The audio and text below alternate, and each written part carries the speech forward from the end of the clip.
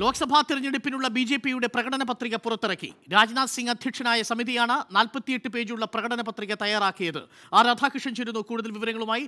രാധാകൃഷ്ണൻ, എന്താണ് പ്രകടന പത്രികയിലെ പ്രധാനപ്പെട്ട കാര്യങ്ങൾ? ഏതിനാണ് മുൻതൂക്കം നൽകിയിരിക്കുന്നത്?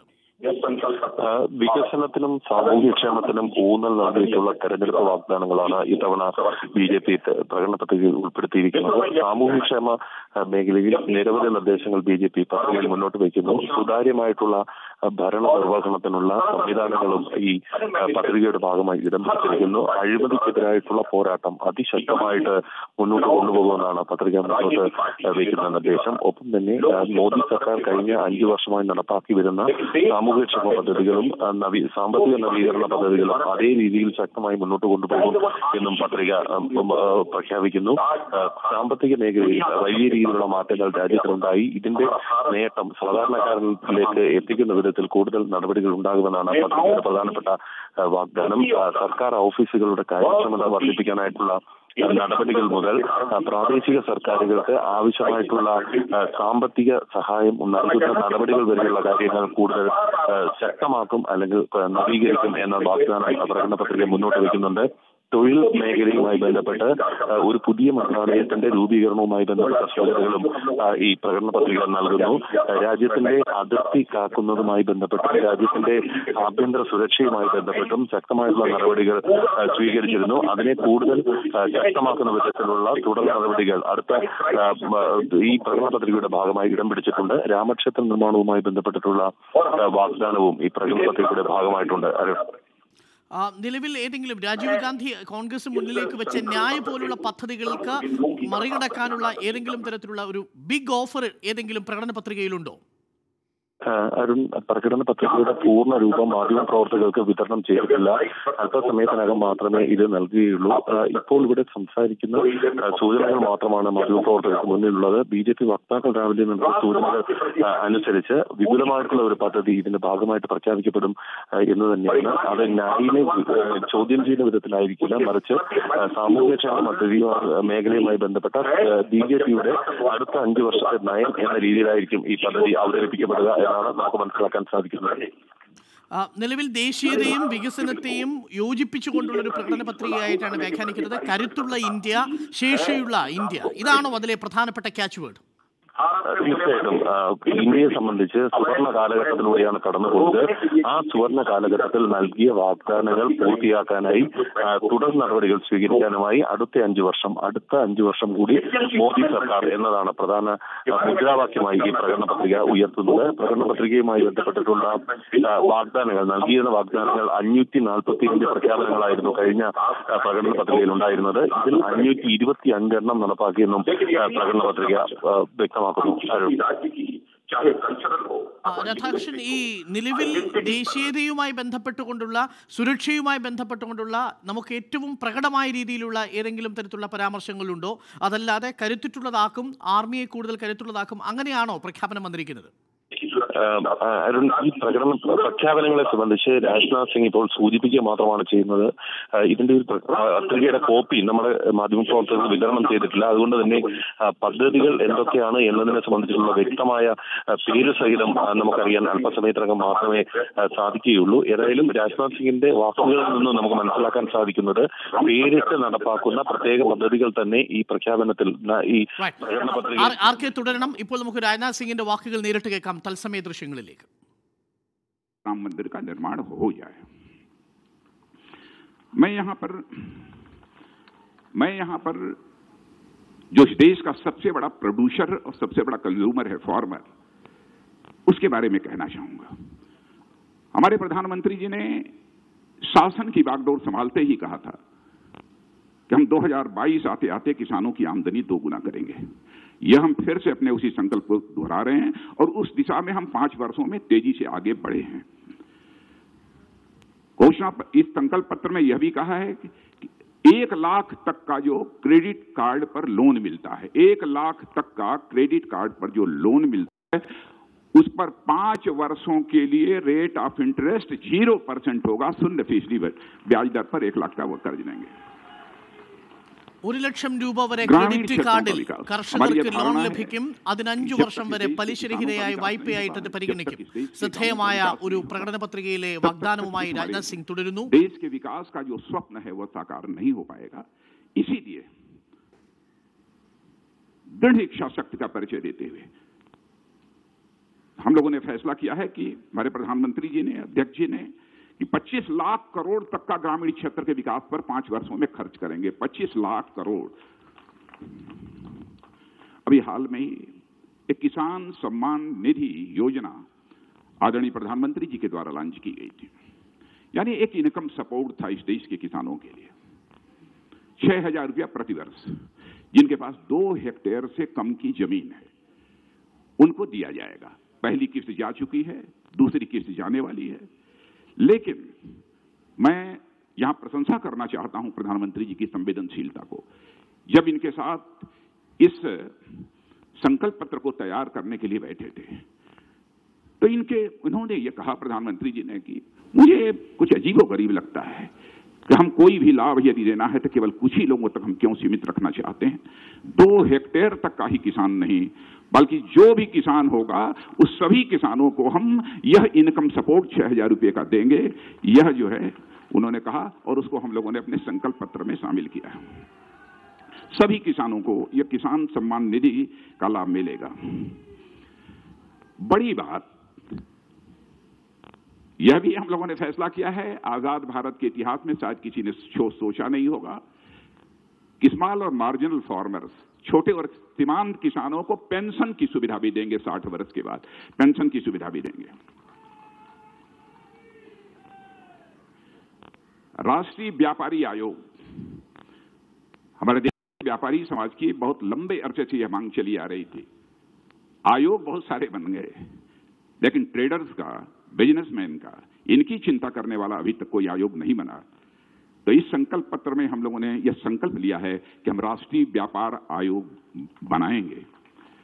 और राष्ट्रीय व्यापार आयोग जो बनाएंगे इनएक्टिव यह आयोग नहीं होगा बल्कि वेरी इफेक्टिव आयोग होगा. एक ऐसा हम राष्ट्रीय व्यापारी आयोग बनाएंगे. यदि हम लघु और सीमांत किसानों को पेंशन दे रहे हैं तो अपने देश के हम अपने व्यापारियों को नहीं छोड़ सकते. इसीलिए हम लोगों ने यह भी संकल्प पत्र में कहा है कि हम देश के छोटे दुकानदारों को भी पेंशन की सुविधा 60 वर्ष के बाद मुहैया कराएंगे. समावेशी विकास, इंक्लूसिव ग्रोथ इस देश का होना चाहिए. यह हम सबकी चाहत है. समाज के सभी वर्ग, चाहे एससी हों, चाहे एसटी हों, चाहे महिला हों, दिव्यांग हों, कोई छूटे ना, सबका विकास होना चाहिए. यह इसका पूरा संकल्प हम लोगों ने अपने संकल्प पत्र में लिया है. और मैं आपसे निवेदन करूंगा कि आप जो हमारा संकल्प पत्र है उसके डिटेल में, उसके विस्तार में जाएं तो सारी चीजें आपको वहां पर मिल जाएंगी. एक संकट, और संकट ही नहीं बल्कि वैसे देश की एक चुनौती भी मानता हूं जो समय समय पर पैदा हुआ है, रीजनल डेवलपमेंट को लेकर रीजनल इम्बैलेंस, क्षेत्रीय असंतुलन. हम लोगों ने यह तय किया है कि भारत के अंदर जो रीजनल इम्बैलेंस है उसको हम समाप्त करके ही दम लेंगे. और मैं प्रधानमंत्री जी को विशेष रूप से बधाई देना चाहता हूं.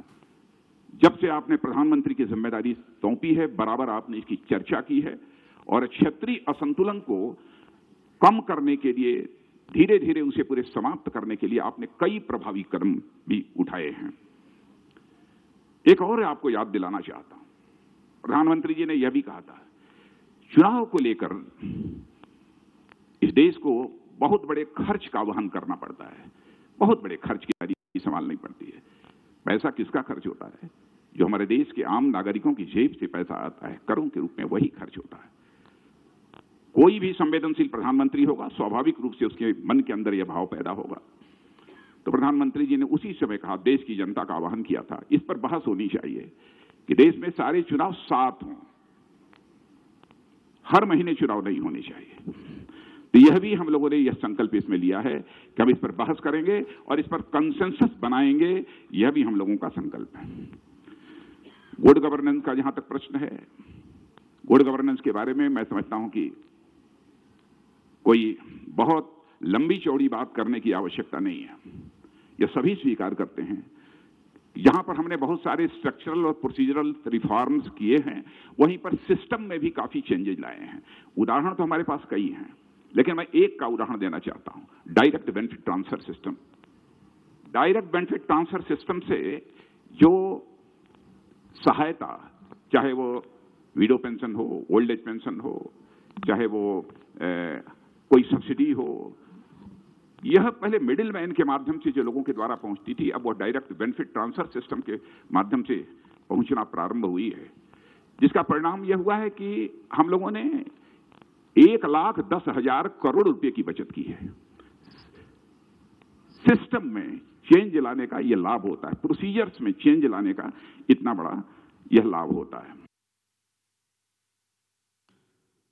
കാർഷിക മേഖലയിലടക്കം വലിയ വാഗ്ദാനങ്ങളുമായി ബി.ജെ.പിയുടെ സങ്കല്പപത്ര പുറത്തിറക്കി. 48 പേജുള്ള സങ്കല്പപത്രയിൽ കർഷകർക്കും ഗ്രാമവികസനത്തിനും പ്രത്യേക ഊന്നൽ കൊടുക്കുന്നു എന്നതാണ് മനസ്സിലാക്കാൻ സാധിക്കുന്നത്. രാധാകൃഷ്ണൻ ചേരുന്നു. രാധാകൃഷ്ണൻ, നേരത്തെ നമ്മൾ സൂചിപ്പിച്ചതുപോലെ ന്യായ പദ്ധതിയെ മറികടക്കും വിധത്തിലുള്ള ഓഫറുകളാണ് ഇപ്പോൾ സങ്കല്പപത്രയിൽ വെച്ചിരിക്കുന്നത്. 1,00,000 രൂപ വരെ ക്രെഡിറ്റ് കാർഡിൽ ലോൺ എടുക്കാൻ കഴിയുന്ന വിധത്തിലുള്ള സംവിധാനം ഒരുക്കും. 25 ലക്ഷം കോടിയുടെ അടക്കം ഗ്രാമ കാർഷിക വികസനത്തിലുള്ള പദ്ധതികൾ കൂടി ഉൾപ്പെടുത്തിയിട്ടുണ്ട്. രാമക്ഷേത്രത്തെക്കുറിച്ചും പരാമർശമുള്ളതായി മനസ്സിലാക്കുന്നു. വളരെ പെട്ടെന്ന് ശ്രദ്ധയിൽപ്പെട്ട ഓഫറുകൾ എന്തൊക്കെയാണ്, പ്രധാനപ്പെട്ട നിർദ്ദേശങ്ങൾ എന്തൊക്കെയാണ്?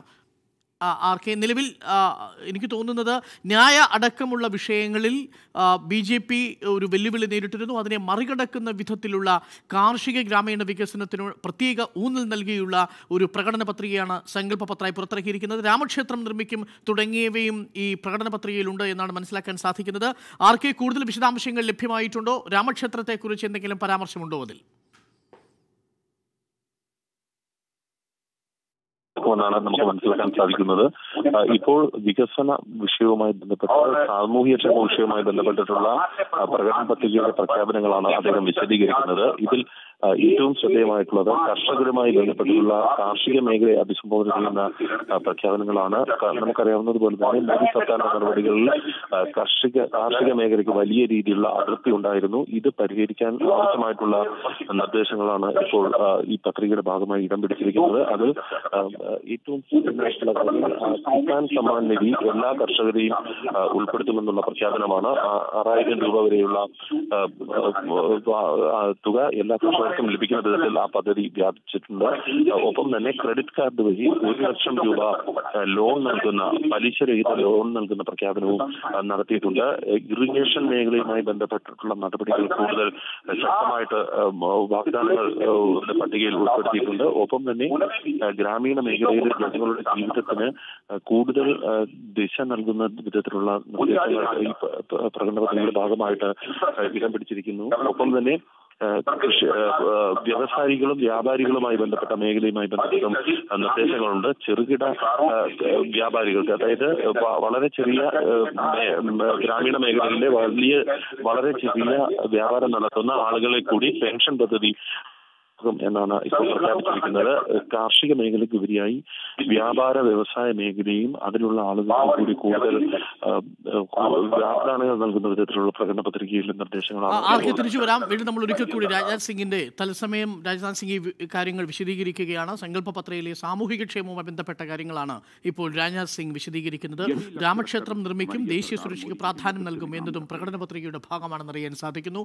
രാജ്നാഥ് സിംഗിന്റെ വാക്കുകളിലേക്ക്. 98% घरों में इस लक्ष्य को हमने हासिल किया है।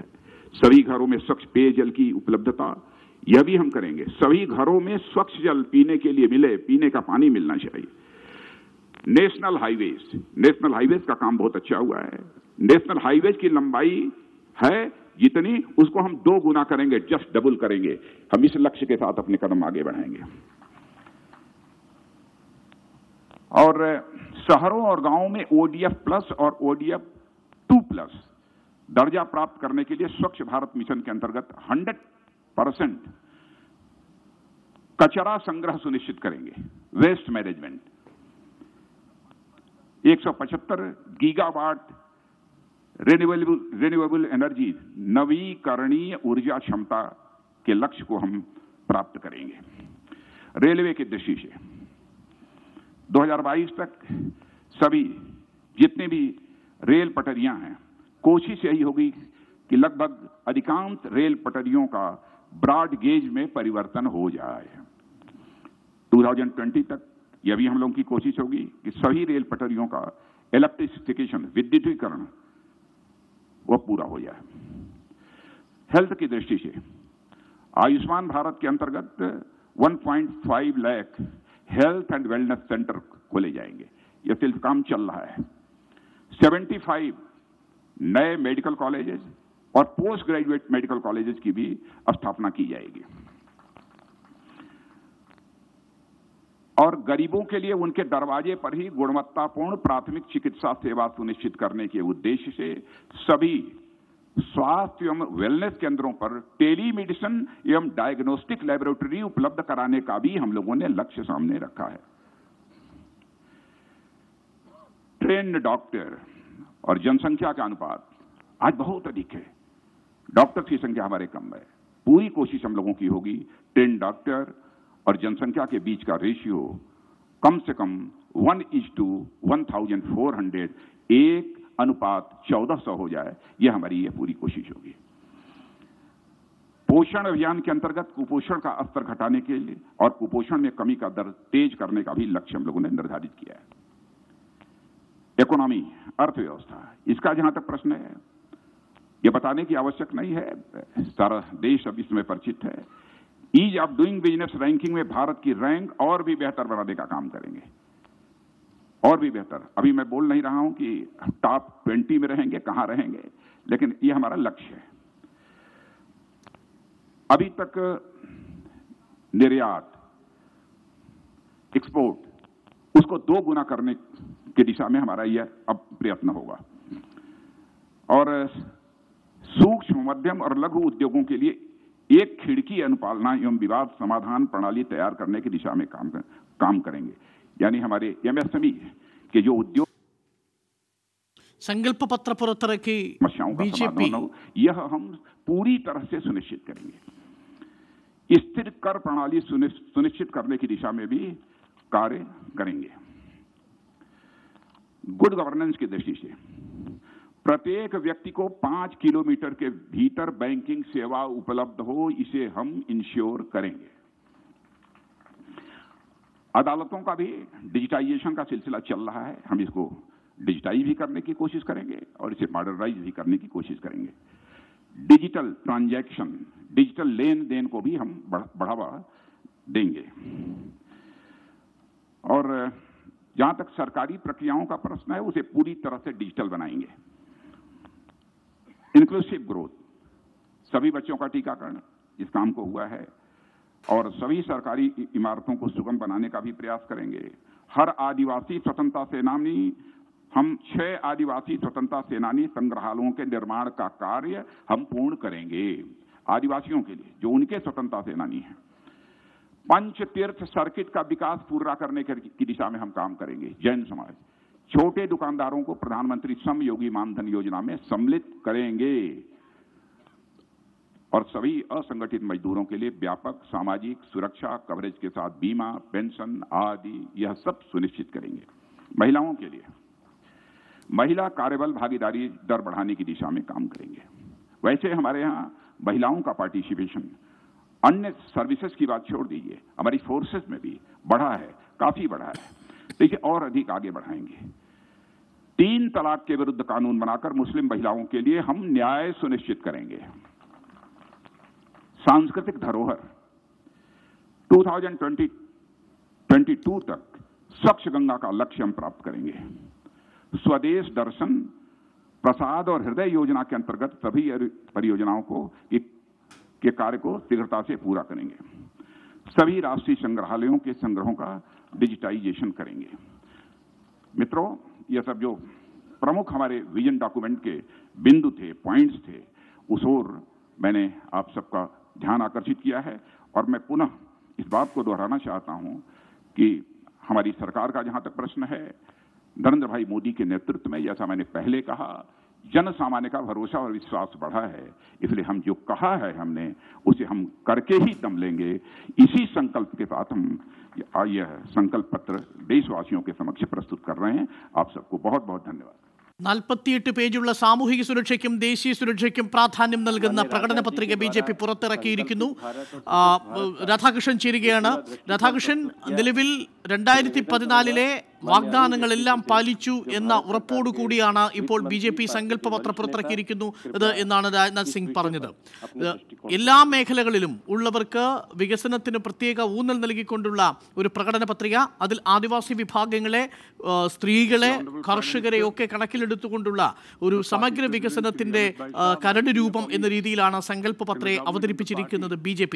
നിലവിൽ കാർഷിക ഗ്രാമീണ വികസനത്തിന് 25 ലക്ഷം കോടി രൂപയുടെ ഒരു വാഗ്ദാനമാണ് ഈ സങ്കല്പ പത്രയിൽ ഉൾപ്പെടുത്തിയിരിക്കുന്നത്.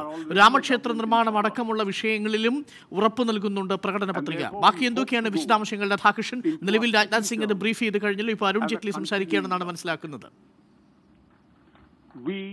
പത്രികയുമായി ബന്ധപ്പെട്ട് എല്ലാ മേഖലകളെയും പ്രാതിനിധ്യം ഉറപ്പാക്കുന്ന ഒരു പത്രിക എന്നാണ് BJP ഇപ്പോൾ അവകാശപ്പെടുന്നത്. ഈ പത്രികയിൽ നിർദ്ദേശിച്ചിട്ടുള്ള നിർദ്ദേശങ്ങൾ നടപ്പാകുന്നതോടെ 2022 ഇന്ത്യ രാജ്യത്ത് അഭിമാനത്തോടുകൂടി തലയുയർത്തി നിൽക്കാൻ സാധിക്കുന്ന രാജ്യങ്ങളുടെ പട്ടികയിൽ മുന്നിലായിരിക്കുമെന്ന് ഈ പത്രികയുടെ അനാച്ഛാദന ചടങ്ങിൽ പങ്കെടുത്തുകൊണ്ട് രാജ്നാഥ് സിംഗ് വ്യക്തമാക്കി. സമഗ്ര മേഖലകളിലും, പ്രത്യേകിച്ച് കാർഷിക മേഖലകളിലും വ്യാവസായിക മേഖലകളിലും ഒപ്പം തന്നെ രാജ്യസുരക്ഷാ വിഷയങ്ങളിലും നിർദ്ദേശങ്ങൾ ഈ പത്രിക മുന്നോട്ട് വയ്ക്കുന്നു. ഇതിൽ ഏറ്റവും ശ്രദ്ധേയമായിട്ടുള്ള ഒരു പ്രഖ്യാപനം, അത് 2014 പത്രികയിൽ ഇടം പിടിച്ച രാമക്ഷേത്രത്തിലെ പ്രഖ്യാപനം ഇത്തവണത്തെ പത്രികയിലും ഇടം പിടിച്ചിരിക്കുന്നു എന്നുള്ളത് തന്നെയാണ്. രാമക്ഷേത്ര നിർമ്മാണം പൂർത്തിയാക്കാൻ ആവശ്യമായിട്ടുള്ള, എത്രയും വേഗം പൂർത്തിയാക്കാൻ ആവശ്യമായിട്ടുള്ള എല്ലാ നടപടികളും സ്വീകരിക്കുമെന്നാണ് പത്രികയുമായി ബന്ധപ്പെട്ടിട്ടുള്ള വിശദ വിവരങ്ങൾ വെളിപ്പെടുത്തിക്കൊണ്ട് രാജ്നാഥ് സിംഗ് പറഞ്ഞത്. ഇപ്പോഴത്തെ സാഹചര്യത്തിൽ എല്ലാ ഒരു വിഭാഗത്തെയും എതിർച്ചേരിയിൽ നിർത്തുന്ന വിധത്തിലുള്ള സമവായമുണ്ടാക്കി രാമക്ഷേത്ര നിർമ്മാണം നടപ്പാക്കും എന്നാണ് പ്രഖ്യാപിച്ചിരിക്കുന്നത്. BJPയെ സംബന്ധിച്ച് BJP ഉന്നയിക്കുന്ന കശ്മീരിലെ പ്രത്യേക വകുപ്പ് ഉൾപ്പെടെയുള്ള 35A വകുപ്പ് ഉൾപ്പെടെയുള്ളവ പുനഃപരിശോധിക്കാൻ ഉള്ള പ്രഖ്യാപനം ഈ പത്രികയുടെ ഭാഗമായിട്ടുണ്ട്. ഒപ്പം തന്നെ മുത്തലാഖ് നിയമനിർമ്മാണം യാഥാർത്ഥ്യമാക്കുമെന്ന പത്രിക വ്യക്തമാക്കുന്നുണ്ട്. കാർഷിക മേഖലയുമായി ബന്ധപ്പെട്ടത് നേരത്തെ നമ്മൾ സൂചിപ്പിച്ചതുപോലെയുള്ള പ്രഖ്യാപനങ്ങൾ ഉണ്ട്. 1 ലക്ഷം രൂപ വരെ കർഷകർക്ക് വായ്പ നൽകുന്ന പദ്ധതി, അത് ലോൺ പലിശയില്ലാത്ത വിധത്തിലായിരിക്കും നൽകുക എന്നുള്ളതാണ്. ദേശീയപാതയുടെ ഇപ്പോഴത്തെ ദേശീയപാതയുടെ വലിപ്പം എത്രയാണോ അതിന്റെ ഇരട്ടി വലിപ്പത്തിൽ ദേശീയപാത അടുത്ത ഭരണം പൂർത്തിയാകുമ്പോഴേക്ക് രാജ്യത്ത് ഉണ്ടാകും എന്നാണ് വാഗ്ദാനങ്ങളിൽ ഏറ്റവും. സങ്കല്പ പത്രം പുറത്തിറക്കിയിരിക്കുന്നു BJP. 75 വാഗ്ദാനങ്ങളാണ് 48 പേജുള്ള സങ്കല്പ പത്രയിലുള്ളത്. കൂടുതൽ വിശദാംശങ്ങൾ വരും.